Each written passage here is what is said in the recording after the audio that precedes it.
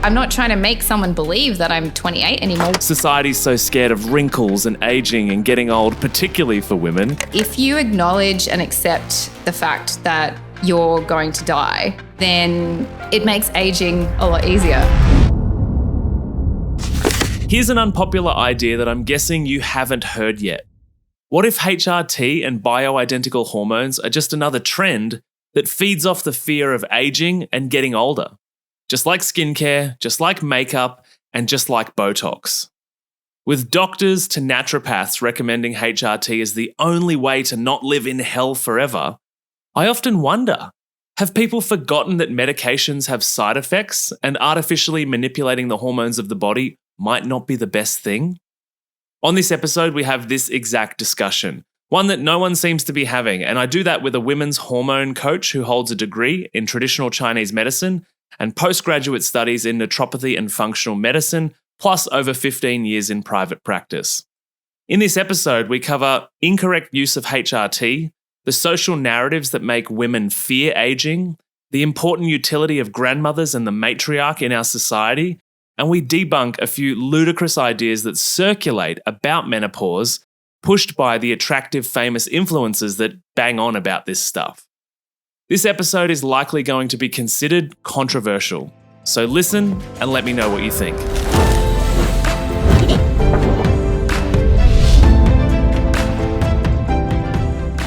What's up, my healthy friends? Here with me today, I've got friend and all-round good time, Dr. Joanna Macmeikan, and she talks to a group of relatively confused women and the occasional lost husband in the space of hormone and vaginal health, often leaning right into perimenopause and menopause conversations, which we're probably going to do today. Jo is, as you will hear, an Aussie, but now living in Mexico, which is awesome, and I'm super jealous of that. She's a mother of two, and most importantly, she's self-proclaimed as an average hula hooper, or above average if you like. Oh, and a fun fact, I was the only witness at her wedding. What a riot of a party that was. Jo, welcome.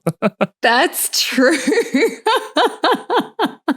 I was all prepared for my, thank you for having me, Maddie Lansdowne. And I'm like, oh shit, yeah, you were at my wedding. My shotgun wedding after 20 years of being together.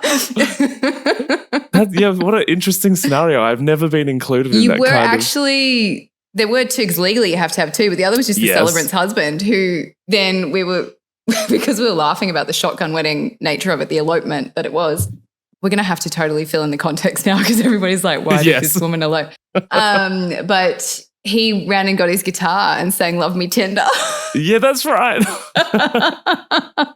For the chapel in Vegas. So yes, Duncan and I had been together for 17, 18 years at the time, but it was just to make the paperwork easier to apply for our visas for Mexico, because I said to him, we'll just do you're the primary applicant, and then we three would be the dependents if we're married. Otherwise, I have to do an independent one. And I hate paperwork. So I was like, fuck it, let's get married.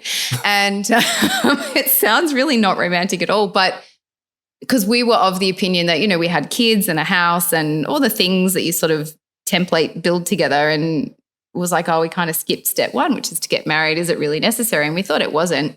And it isn't. But after getting married, we were like, oh, we kind of get it now. And it's because we've now been together for so long that there is no place where he stops and I start.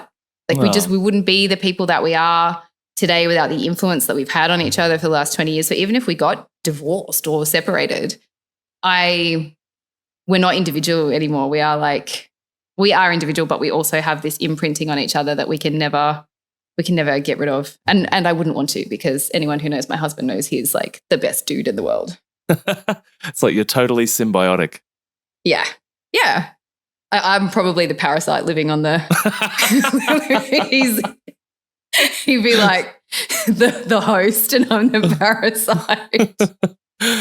I'm curious. You said like you got married and then you said, oh, I got it. Like what did you get? Like what changed? Like what was after so long together, like what changed? I think that there's something to be said for the declaration and the understanding, because I guess, we're not the type of people, I'm certainly not the type of person to speak a vow lightly. And even though I'm not religious, so I don't need to get up and stand before God because I was brought up Christian, but we weren't practicing. Well, like most Australian families, kind of half-assed agnostic. Yeah. And so the religious aspect wasn't there for me.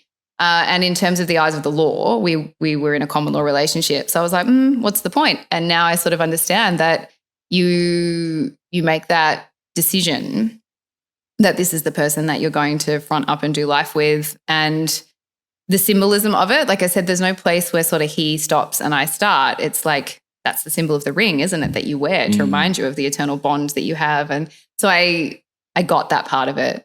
Hand fasting, all those sorts of that, because we've done it through all sorts of cultures in history, is that we have made these proclamations and declarations in front of people, like speaking it into existence is important. So yeah, that it felt different afterwards.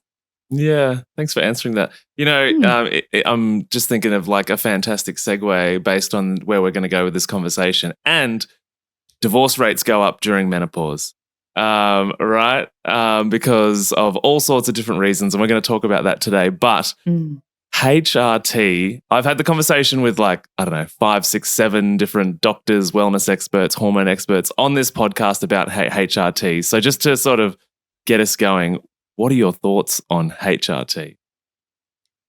So the reason that I wanted to talk about this topic and not something that I normally talk about is because I'm starting to it's like a runaway train out there. And maybe my algorithm is kind of skewed because of the work that I do and what I'm interacting with online and that sort of the hashtags I use and whatnot. But it's really quite scary. I have a couple of things that look how prepared I am for this podcast. I made notes. So I want to read out a comment that I read or a post I read in a Facebook group, because I spend quite a lot of time in Facebook groups trying to understand what are the issues that women in this age group are facing. It helps me understand what kind of content I can put out. It helps me because I'm 44 and having a pretty easy time of it. So I'm trying to get my head around what women are struggling with.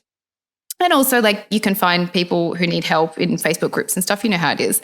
So this woman posted, I'm interested in your feedback. I'm 54 and still getting regular periods, much to my surprise.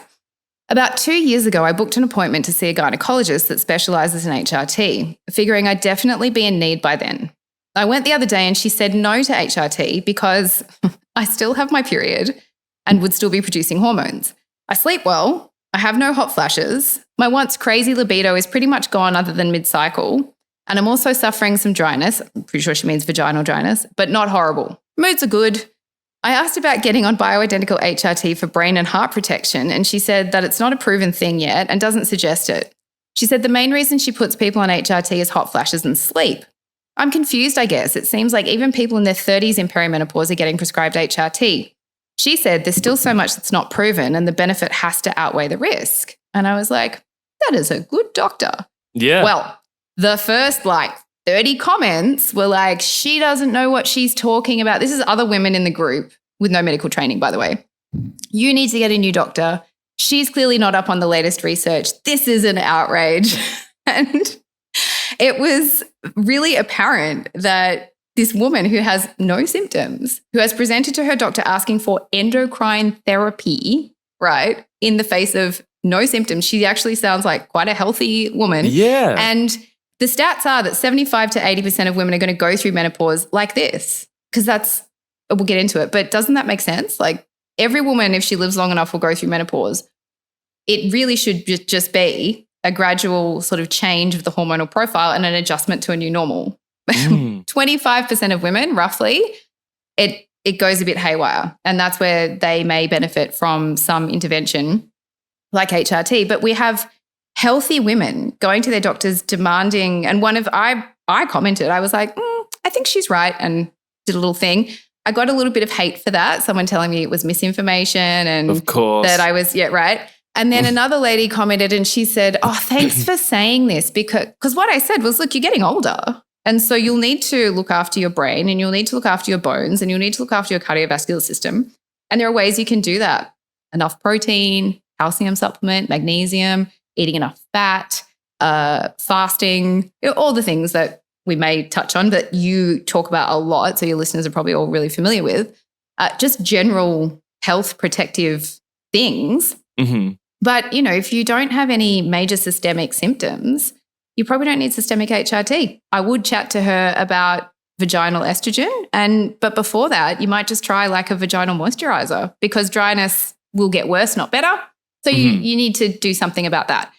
And this one woman was like, oh, thank you so much for this comment, because I went to my GP and she basically badgered her GP into giving her estrogen. The GP was like, you don't need it, you don't need it, you don't need it. This is another woman. Yeah. And finally the GP was like, fine, have your prescription. And she's like, I thought I was going to feel amazing. I thought I was going to feel like, and all that happened was she got fat because she didn't need the estrogen. Yeah. And I'm like, so why, what is happening that healthy women are asking for? It's like they're asking for vitamin C. This is endocrine therapy. This is hormone therapy. So then you've got this kind of whole dialogue that's going on online. And I would like to read a little excerpt from a fit bro influencer guy with over 500,000 followers on Instagram who says, and I quote, or his chat GPT, by the way, because his stuff is so obviously written badly by chat GPT. Doctors will happily blame your brain fog, hot flashes, weight gain, and exhaustion on stress or aging. Meanwhile, your hormones are crashing, wrecking your brain, heart, bones, and muscle, and no one's telling you the truth. The real risk isn't HRT. The real risk is doing nothing while your body falls apart. And I'm like, this is the problem that we've got here, is this kind of fear-mongering and then the over-promising of the menopause, which is what these self-appointed HRT fanatic doctors, I think there's like 5 or 6 of them called the menopause. They're all like on Oprah and stuff, talking about the benefits of HRT and specifically estrogen. Has really stirred up a storm online. And what you've got, because we live in this clickbaity soundbite culture where it's like sex sells, right? You have to grab attention. And so there's no nuance in the discussion. And these women who are out there to begin with searching for information, because some of them are falling through the cracks of the system, right? That they're not well supported and that we're not educating women about. I think it's changing, but there has been kind of like this forgotten wasteland that the midlife women wind up in. So I don't blame them for looking for answers and information, but this is what they're finding. And I feel like it's a runaway train. And I just want to kind of have a discussion about it without the hype, Yeah, well, me too. Like, I'm glad you're here, because the thing that, especially in the natural health space, like whether it be TCM or naturopathy or nutrition or whatever, is that it seems like all of us kind of agree that most pharmaceutical medications come with a list of questions and side effects and challenges. And most natural health people, when you talk about medication, will either roll their eyes or be like, nah, we can fix it another way. Except HRT. Every single person I've had on this podcast, except maybe you, that we've had this conversation, people have said, you have to have HRT for the rest of your life, whether they're natural, whether they're medical. Everyone seems to agree with that, because the prolonging of a stage of life is more appealing than apparently what's on the other side, which is, I would argue, what is natural and normal, and maybe the consequences that we're experiencing now are a result of the cost of living a life that was perpetual stress. And do you have to pay that cost? Not up for me to decide, obviously, but the point is that it just seems like this is the one drug category that natural people and medical people are all like, you have to, because the other side or during menopause is just so horrific. Just avoid it at all costs. Why wouldn't you want to feel 25 at 60? So I'm not against anything, Maddie, except dickheads, right? Don't be a dickhead. But other than that, I'm not against anything. And I think that healthcare is really individual, and it's that whole thing about everyone's got the same 24 hours in a day. Yeah, but they don't have the same resources. So when we look at someone who, if they're struggling through the menopausal transition, we sort of can say, all right, well, you need to drastically reduce your stress and you need to get more sleep and you need to do blah, blah, blah, all these things. But if they are a single mum with 4 kids, or they've got like an abusive partner, or I don't know, like there could be anything going on, that's making it hard for them to do all of that at once, or it's making it hard for them to do the thing that would shift the needle the most, like quitting their job, for example. Because I would argue that a lot of people should just quit their job because it's sucking the life out of them every day slowly. But that's not everyone can do that. And one of the things that's really important during this phase of life is slowing down a little bit and becoming a bit introspective. And not everyone can do that, because either they don't have the skills, because there are some skills to turning inward, they don't have the support, or literally they've built themselves a prison where they're mortgaged to the hilt, they've got 2 kids in private school, whatever it has to be, and they're like, I just couldn't quit my job right now. So then it's like, okay, if they're having 30 hot flashes a day, they're barely sleeping, they're bursting into tears in board meetings and they're a C-level executive, etc. Maybe we go in with some HRT, get things stabilized, and then we talk about how are we going to look at your life holistically and figure out what got you to that point. And it's interesting, you said before about the divorce rate being really high. And the answer to that is, oh yeah, because their hormones have gone off, and so we just need to give them more hormones and shut them up. And actually, what could be happening, just a possibility, is that estrogen, being the hormone of appeasement, the hormone that allows you to put everybody else's needs ahead of your own. Because, I mean, we were talking before about how fulfilling it is having a baby, having children, and it is. But they make a lot of noise. And if you could ignore that noise, you would put it on a rock and be like, I'll be back later. But we can't. Women can't ignore it. It puts our blood pressure up and we're bonded. Estrogen helps with all of that. And so as that starts to slip away, and probably now is a good time to talk about it from the Chinese medicine framework. They call it the second spring in Chinese medicine. The first spring being puberty, where a woman, like a young girl, blossoms into womanhood and becomes reproductive. And then the second spring, so when you go through puberty, the kind of pathway to heaven opens up, and the heaven sends down the tiangui, the heavenly water, to the woman's heart. And there is a connection between the heart and the uterus. And the heart turns the heavenly water into blood, and it goes down into the uterus where it nourishes the fetus, or it has the capacity to nourish a baby and grow a baby. At menopause, or during the perimenopausal transition heading to menopause, have your listeners had the definition of like the difference between perimenopause and menopause? Because this is another important point, that perimenopause and menopause are being spoken about interchangeably, and they are different.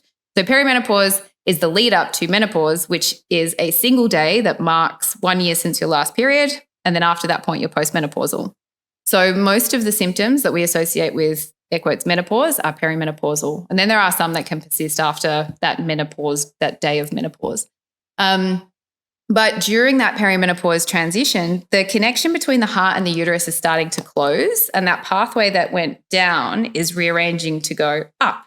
So the woman maintains her connection to heaven. So the heavenly water still comes down into the heart, but it stays in the heart to nourish her spirit, because the spirit lives in the heart. And then she's able to fill out her destiny, which was whispered to us in the womb by the angels. That's what the Chinese philosophy says. And so what can happen at menopause is women become a bit more self-focused. And if they've got a bit of a deadbeat relationship going on, or they don't have good communication skills, let's not always blame the relationship. Like maybe they're no longer willing to just kind of keep the peace anymore, but they don't have the communication skills, or their partner doesn't have the communication skills to work through that and figure out what the new version of the relationship looks like, then of course it can sort of end in breakdown.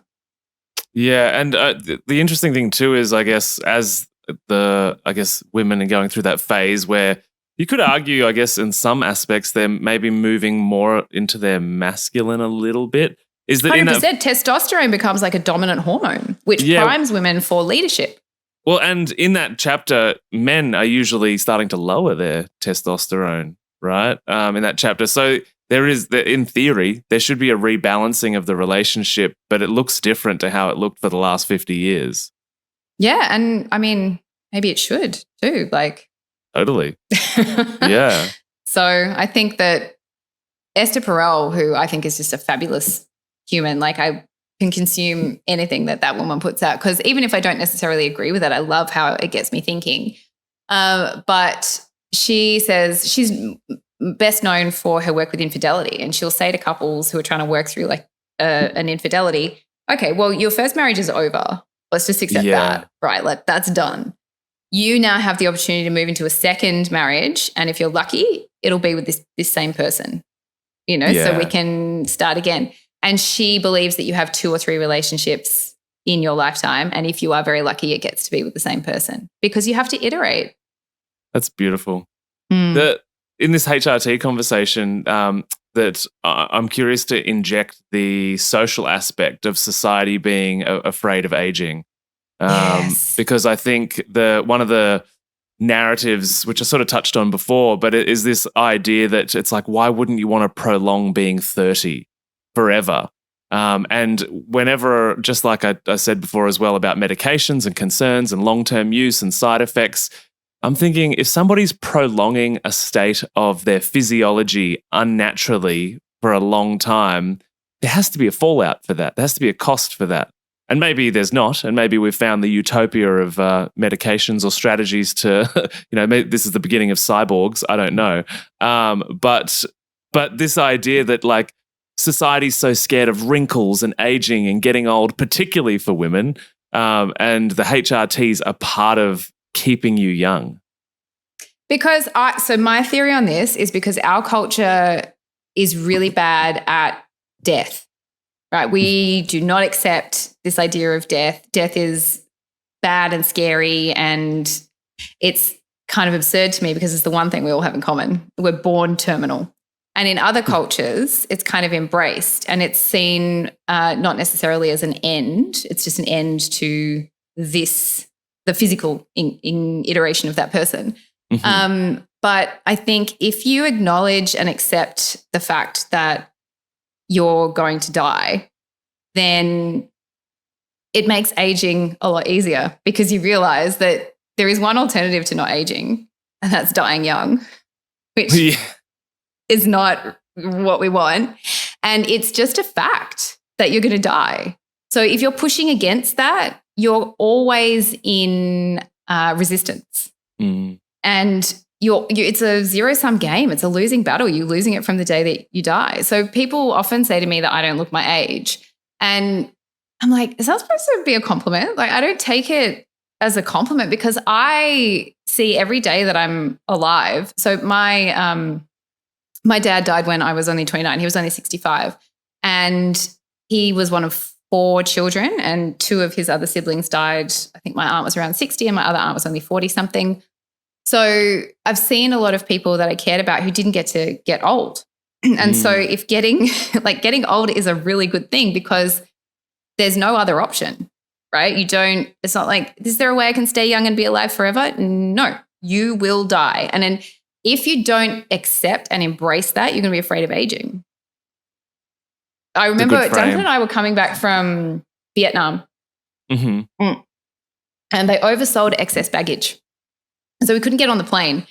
They put us up in a hotel. Yeah, I know, right? Because they make so much money on excess baggage. And so they oversold excess baggage and they were like, right, you 15 at the end of the line, you can't get on this plane. And so they put us up at a hotel. And I remember watching this documentary. It was when reality TV was just coming out. And so it was some bizarre stuff. They got a tribe from like New Guinea or somewhere, like the wilds, the jungle. And they took them to Beverly Hills and they put them in a gated community. Oh my God. Living with a family. I know. You can see why it's stuck in my mind.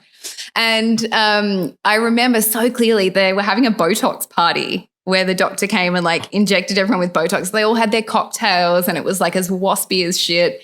And you could see like these like tribal people all just like, what is happening? And the medicine man of the tribe was very fascinated. And he was explaining it to the chief. And he was like, they're putting something in her face to get rid of her wrinkles. And he was like, why? And he said, to make her look younger. And he was like, why? Like they can't touch the life inside of her. What about the life inside of her? That doesn't change. And it's like, exactly. It really struck me that you can, and then there's that other guy on the internet who I saw a video of his and he's like, you have two choices. You can look old or you can look weird. But you That's can't so look young true. again. Oh my God, that's so true. But you can't look young again. You did that already. And he's like, you can look old and hot. Like my wife does that all the time. But yeah, and if you think about it, like there's just no way you can fight against the aging process. You are aging, you will die. And if you can't get your head around that because you're afraid, why are you afraid?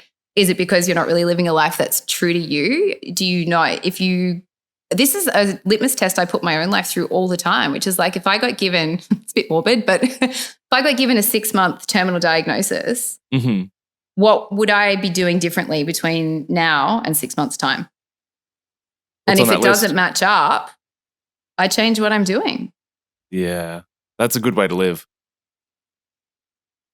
It says a lot to me as well in regards to the woman in the Facebook group that put the post up that actually didn't really need help, how influential the narrative is that people just think they should be on it because I keep hearing about it.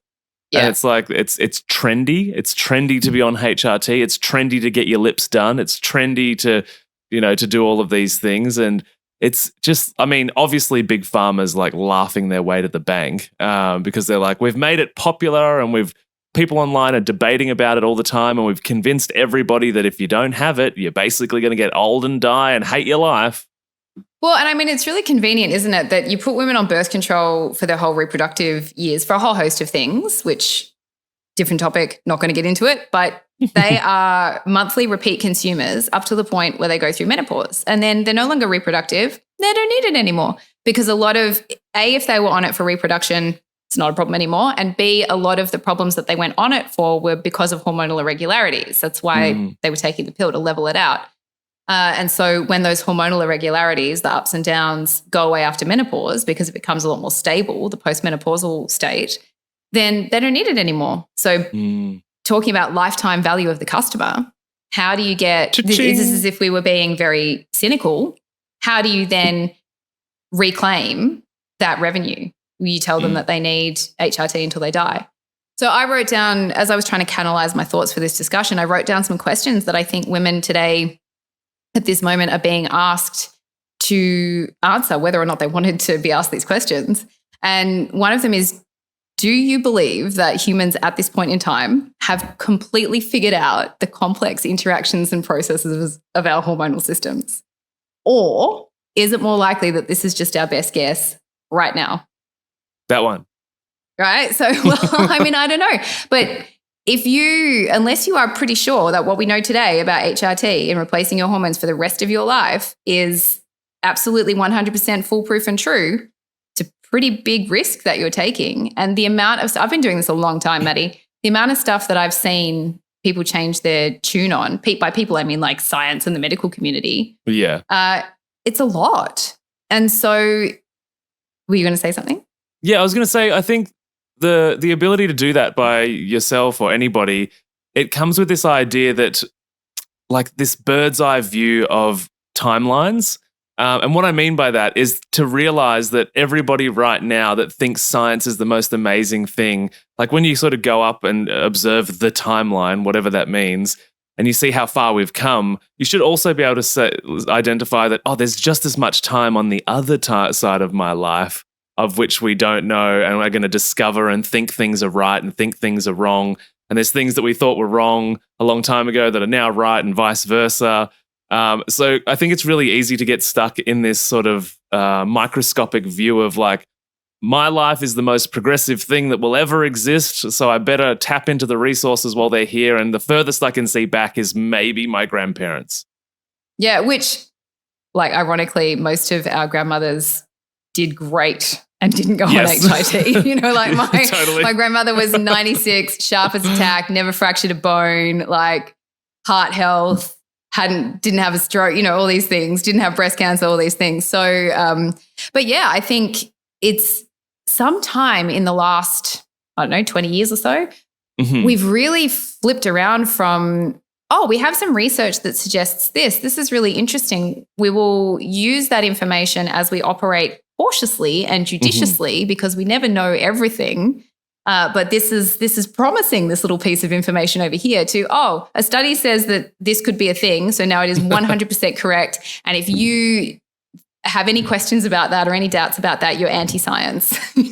Well, I mean, that was obviously COVID, right? Is that it got to the point where it was, controllable and punishable legally if you disagree, which it goes beyond science and curiosity and discovery, which I would argue is the essence of true science, is questions and discovery and isn't that? I mean, exploration. That's the whole scientific method is trying to disprove what you believe.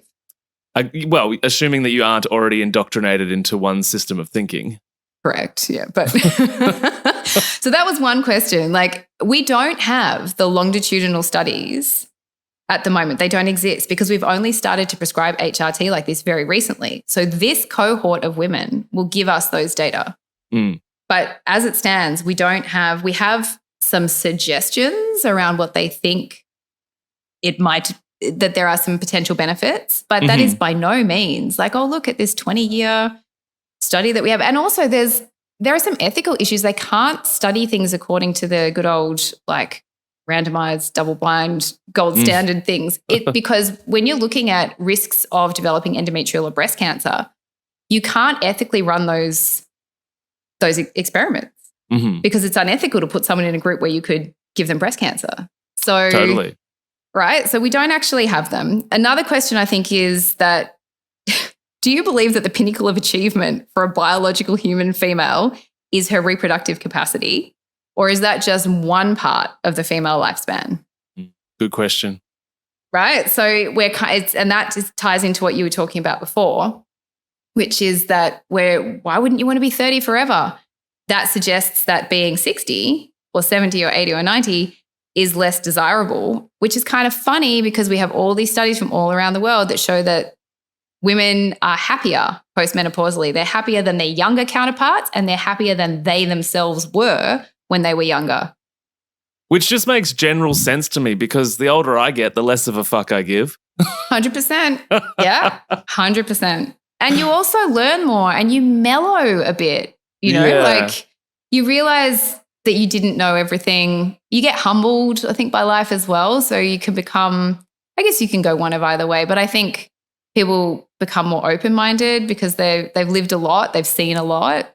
But also because of the hormonal profile changing, you have more self-focus. So you can, and your kids are grown up. They don't need you in the way, if you had kids, they don't need you in the way that they used to. So you can finally take that art class or that dance class, or you can take that trip to Europe that you always wanted to do, but you couldn't afford it or it was never the right time.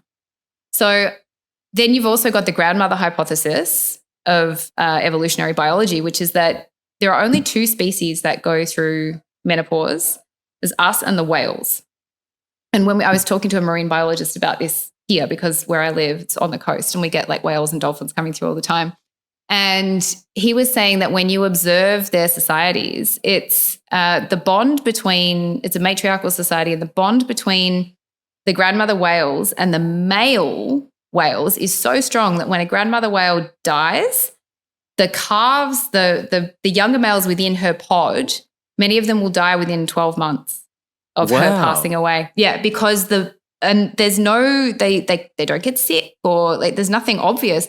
It's believed, the marine biologists believe that it's the emotional connection that they had to the matriarch. They basically just die of a broken heart. So I know. So there's that. And because I was talking about why would we have evolved into menopause and why does it benefit the whales? And he said that it's a couple of things. One is that there's less competition for resource. Now that makes sense. If you've got a number of females competing because they compete for the healthiest male to, survival of the fittest, etc.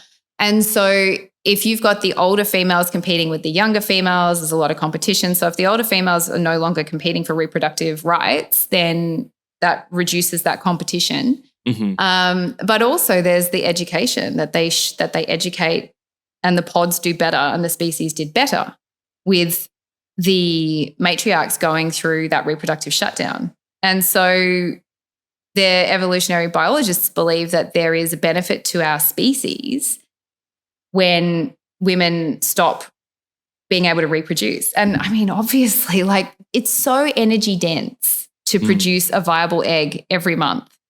And that energy can go back into the female, who then can help the ones who are busy having babies and looking after babies and being pregnant. And you've got that matriarchal role where they've got that energy because it goes back into them, and they've got all that wisdom, and they can guide and they can direct. And then they can also, grandmothers spoil children. Yeah. And it's good because the mother is so busy trying to protect and guide, and sometimes that can be in a conflict sort of a way. Whereas the grandmother we've shown in studies, there's a book called The Menopause Brain, which is amazing, and it shows that the menopausal brain has a greater capacity for empathy. So there's all of these markers that suggest that menopause is not an accident, and which basically brings me to my next question, which is, do you believe that our bodies are intelligently designed and that menopause is an evolutionary benefit, or do you believe, which is what we're being told, that we're outliving our ovaries, basically, that our ovaries atrophy and shrivel at 50 and we're only alive because of modern medicine? I was about to get into rant mode on that point, because one thing that gets me fired up is this bullshit narrative of people that have not looked into history whatsoever to say, oh, it's because we only live till 70 or 80 in the last 50 or 100 years. And I'm like, judging by that means the species only started like 500 years ago. If it's like... Duncan always says maths is a good way of sorting people out. Like 100%. And it's like, we've literally got so much documentation of people that, famous people, Socrates, whoever it is, that quoted stuff, or even general population data of people that lived, as long as they lived beyond birth, which is the main thing that modern medicine changed, which was fetal death, and newborn death. That was the thing that bumped the average life expectancy up. But that's the number that so many people use to justify, see, we're living longer. And it's like, we saved babies, not old women. And children. And some of that was because, we didn't have sanitation and children are more vulnerable. Or if you were in tribal situations, snakes, crocodiles, falling off rocks or out of trees. Completely. But this idea that women were meant to die at 45 is just bullshit. It's so wrong. And then, so my question, I got it, and I never get into it on Facebook these days. I just know better, but I got into it in this particular comment thread. And I was like, why don't men's testicles atrophy at the same age then? Because they're the same gonadal organ. So what's up with that? She was like, oh, because men and women are different. I'm like, yeah, but explain to me then, what about the process of, the testes are constantly manufacturing sperm. Totally. Constantly. So if it was just a case of wearing out, wouldn't they wear out faster? Totally. The other thing to what you said before about sort of the social and familial function of the grandmother or the matriarch of the family is, and I say this particularly after just going through with Yali, she had a home birth, and we did all of this very quote unquote naturally and drug free and all of that kind of stuff, which is great. And it's not to shame anyone who didn't do that, disclaimers, whatever. But the idea is that Yali was meant to be surrounded by all of the older women to pass on the knowledge, and she should have been around, like all women, should have been around birthing women and all of that stuff to be normal, and, a collective of older women to go to be like, this is how it's going to go. Don't worry, we've got you. We're here. We've been there. And I would say that along with nuclear families and the separation of communities and blah, blah, blah, is that function of the matriarch has fallen away. And so this is adding to the narrative that, well, I've got no utility as an older woman because everybody's on their own journey and their doctors got more knowledge and textbook wisdom than I could possibly ever have, despite, every woman on the earth having 1,000 generations worth of birthing DNA within them, So it just adds to this idea that there's no utility in older women. Well, and I think something that I was writing about the other day was when I was 21, I took a tram in Melbourne, and I thought it must have been really crowded because there was this guy basically with his dick on my shoulder. And I looked up because I was reading a book at the time, and I looked up thinking this tram must be packed, only to find out that it was basically empty. And old mate was just standing there with rubbing his dick on my shoulder, and I froze. Like I was so scared in that moment and just, like what is happening? And I stood there with this creep rubbing his dick on my shoulder for like 3 or 4 stops, and then I just got off the train. And I have been, some guy pulled his dick out while I was walking down Sydney Road, and I just like walked into the nearest shop, and there were a couple of lovely old ducks in there, and they made me a cup of tea. And because I was shaking, I was only like 19 at the time or something. Oh, bless you. Yeah, and so I've also through the course of my life, and I guess I'm lucky, have received unwanted male attention, like being out at bars and stuff. That happens to me less now, and I'm like so grateful. I'm so glad. What an interesting lens to look at that through. Read a book on a tram and no one puts their dick on my shoulder. So that's also, like what one fucking idiots. Right. Well, yeah, I mean, and that's the argument to be made, that men should be taught not to put their penises on people's shoulders. Because we need better patriarchs, right? Precisely. But so not being under male scrutiny all the time is something that I think is great. And the other thing that I think is sad is that women are obviously tying their self-worth to this external validation, because they're lamenting the fact that their hair is changing and it's not lustrous and thick, and they might have to cut it. Like I cut mine because the water here didn't agree with it, but I also think it's changing, and their skin is going crepey and they're getting fine lines and their fingernails are looking different. And it's like, yeah, because you're getting older. We age. It happens.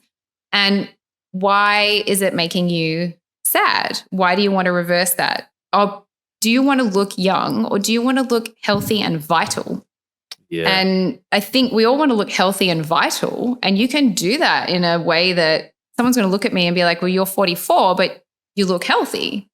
You look good. I'm not trying to make someone believe that I'm 28 anymore. Why? Because I want them to want to sleep with me, or because I want them to find me sexually attractive.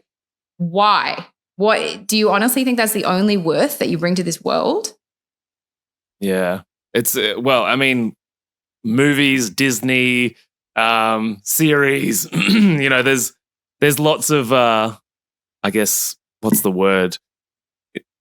Content on the internet, on our TVs, that would convince us that, the only utility is sexual appeal.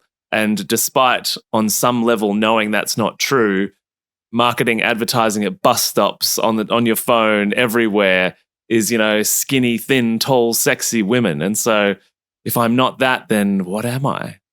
But isn't that a question that we should be exploring? Like that's something that I would encourage people to ask themselves is, where does my sense of worth come from? How much of it needs to be externally validated? Because, I mean, everybody needs external validation. It's not, I'm saying it's a bad thing, but we're pack animals. Yeah, if it's the thing that you're clinging to is how desirable you are, and how, I mean, again, if you look at it from a slightly conspiratorial point of view, it's really good to convince women that they're most worthy from about 18 to 25, perky boobs, peak estrogen, peak reproductive capacity, and then it's all downhill after that. Well, I mean, the commercial consumerist industry like Amazon wouldn't exist if women generally felt whole and amazing. They wouldn't feel the need to fill the void with shopping and all of these other things, theoretically. And I would say that young men are now succumbing to that more than even when I was growing up. Because I was growing up, there were no like magazines or anything for men. It was all girls reading Dolly and Cosmo. And I don't know that there might have been like one men's magazine, but now there's a lot out there, and there's you've got influencers and fitfluencers who are on steroids. And so I think, that men are coming under fire for that as well now, our younger men. So totally. I'm thinking, I always think, what would people be thinking? What's the but that the listeners might be thinking right now? And it could be, but what about aging well, aging strong, aging in a healthy fashion? And doesn't HRT help with that? Doesn't it protect your bones, your brain, your heart? And there is some emerging evidence to suggest that, yes, it does.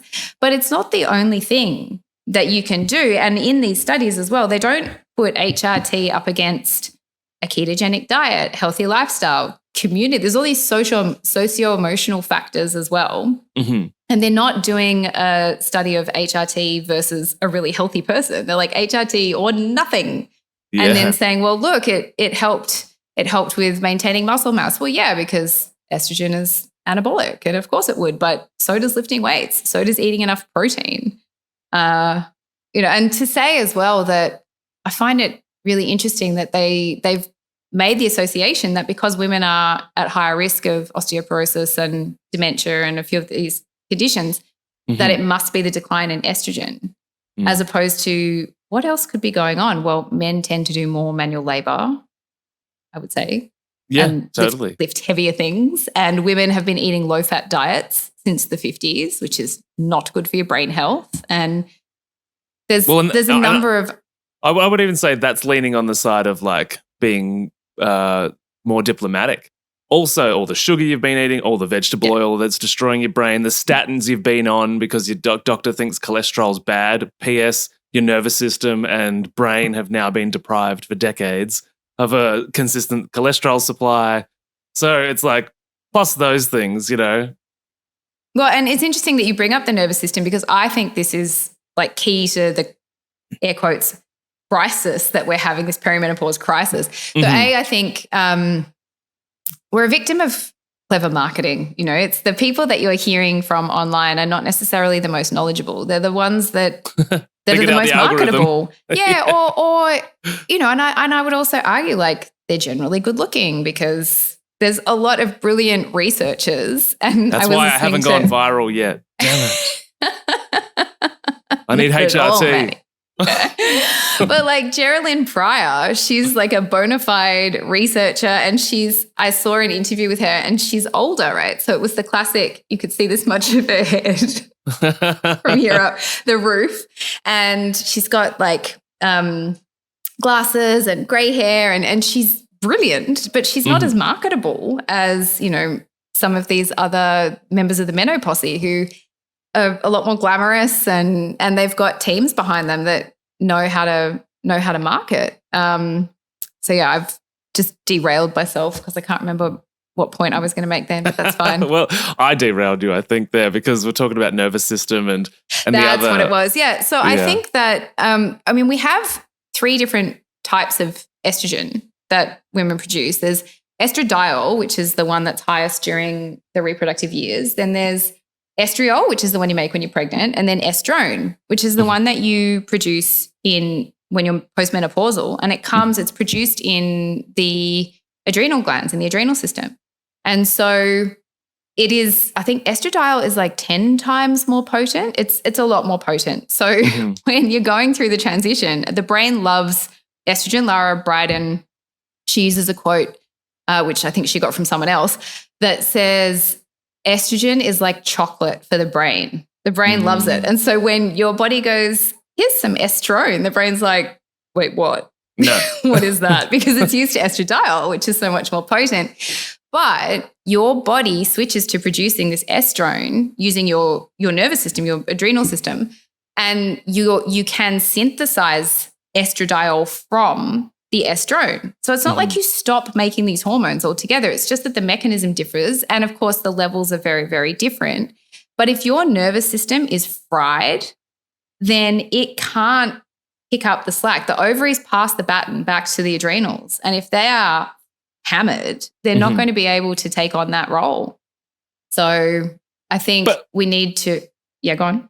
Based on what you're talking about in regards to fried nervous system and the mechanism that changes in regards to that hormone production, what that makes me think of, and I have this conversation a lot, is that as women go through this perimenopause to postmenopausal phase, they gain a bit of weight or they gain a bit of softness. Do you think that's inevitable and an important part of it for the hormonal support? Yeah, because to have a few extra kilos or pounds? Estrogen is also synthesized in the adipose tissue as well. Yeah, for sure. And also if you have more weight on your body, then your bones are moving more weight, moving more body weight. So that helps with maintaining and preserving bone density as well because you're heavier. I also think there's an aspect of redistribution, and I think in the hormone repair manual, Lara Brydon writes about that, and she says that fat on the bum and the hips is actually healthy, but fat on the abdomen is not healthy. So understanding that if you're redistributing to the bum and the hips, that's a good sign. If it's going on the belly, maybe there's some metabolic challenges going on there that you need to look into. And I also just think women aren't lifting heavy enough. I agree. I was trying to think of how to say it like nicely, but no. Yeah, they're just obviously not lifting heavy enough. Obviously not doing injuries, but you often see. I also, just like you mentioned with the low fat era, I also think that embedded in that chapter of society, and we've got a bit of a hangover from it, is the fear that lifting weights will mean that women end up bulky. Oh my God, if only it was that easy. You're telling me, and I'm a man that like the Lansdowne genes, we don't really hold much body fat anyway. I wish I could gain some more muscle, like as in, easily. Yeah. Like it's a full-time feeding commitment. Yeah. To gain that much muscle. And the other thing, like the under-eating of protein. Yes. That goes on. And I think too, we have some dialogue out there about what you can do from 40s onwards to promote health that isn't HRT, but it's vague. People say like prioritize protein. Well, what does that actually mean? That means calculate your protein needs, which previously the calculation was 0.8 of a gram of protein per kilo of body weight per day. It's too low for anyone. Well, that's what you need to avoid illness. Die. Under that, and you have, what's the disease of low protein? What's it called? I can't remember it. But basically, sarcopenia or cachexia happens. Exactly. So below 0.8. So that doesn't mean that 0.8 is what you should be eating. That's like any lower than that, and you're going to die. So totally. It's closer to 1.2 to 1.8 grams of protein per kilo of body weight per day. So when you do that calculation, and then you're like, all right, so what does that mean? For most women, it sort of means about 100 grams of protein a day, which is 30 odd grams each meal. It's a lot more than you would think it is. It's 6 or 7 eggs. So you've got women who are like, I eat a lot of protein. I have 2 eggs for breakfast. I'm like, and what else? Yeah. So prioritize protein means calculate how much protein you need and eat that first. So if you need a whole chicken breast, and you would normally have half a chicken breast because you're also going to have some rice and some broccoli, and you wouldn't be able to eat a whole chicken breast if you were doing that. Have less rice and broccoli. Eat the whole chicken breast first, and then if you still feel hungry, have a small amount of rice and broccoli. I think that prioritize protein is vague. Lift heavy. What does that mean? Well, if you work with a trainer, you'll know that it's that about rate of perceived exertion. And I am not an expert in this. I just have picked it up because I've trained myself. But my understanding of it is that if you work out at an RPE of around 7 to 9, which means you could do another couple of reps, but you'd be going really close to failure, that is the best for building muscle. And if you work out maximally, like you go to failure, that does something else to the muscle, and you can do light weights, but lots of them. And I think that trains endurance over. They all have benefit, but the perimenopausal women lift heavy. It means heavy for you, which means when you are weightlifting in your set, you should have only about 2 or 3 reps left in the tank for each set. So that could mean you do 15 on the first set, but then you only do 12 on the second and 10 on the final set because you're getting more and more tired. And then you add in what they call progressive overload, which is like you've got to keep upping the weight over time. And ultimately, if you train consistently and for long enough, you really do need to get to the gym. You need to get under a barbell because you have to start lifting decent amounts of weight. And I think, there are reasons why that's not happening. Totally. The other thing I would add to it, which is interesting because cultures that often eat on the floor or have meditation yoga practices built in have a much lower fall risk. And so in the West, as we get older, and that then leans into the osteoporosis and fractures and that kind of thing. But simply getting up from the floor with unaided as you get older, along with doing this weights. And so the point is you could be doing yoga, you could be doing, some form of Pilates, but just exercising, stretching your body on the floor and getting up and down off the floor, which you could just totally integrate to that gym process or the weights process. But just watch TV on the floor. Like completely. Sit down cross-legged, do your stretching. This is what I tell, because it's all about habit stacking. When I'm working with women and we're trying to introduce new habits, I'm like, do you watch a bit of TV in the evening? Well, that's the perfect time to do some stretching, because a lot of them need to do some stretching. So, or sit down on the floor, as you say, cross-legged and get up from the floor. And also, the risk with osteoporosis, I was reading, there's a really good book. If people who are listening to this think, yeah, I'm open to HRT, but I kind of resonate with this conversation. It does seem to be like really hyped at the moment. There's a book called Estrogen Errors, which is, I think, a kind of a clap back to the book Estrogen Matters. And Googling. It's very good. It's pretty feminist, but in it she talks about how they say 1 in 4 women is going to develop osteoporosis, but that risk increases the older you are. So it's actually at around age 80 where you have a 25% chance, and the risk factors have all been enacted before they turned 50 when estrogen was high. So it's like what you do earlier in your life matters more than what you do around that sort of 50 age group. So when you hear this statistic, 1 in 4 will get osteoporosis, the older that you get, that's around 80 years of age. And another risk factor for osteoporosis is age. Yeah, well, it seems to happen. But I think, as we're highlighting by this conversation, is that there's lots that you can do to make it not, just an insufferable mess. Yeah, 100%. And I think that's the other thing, is that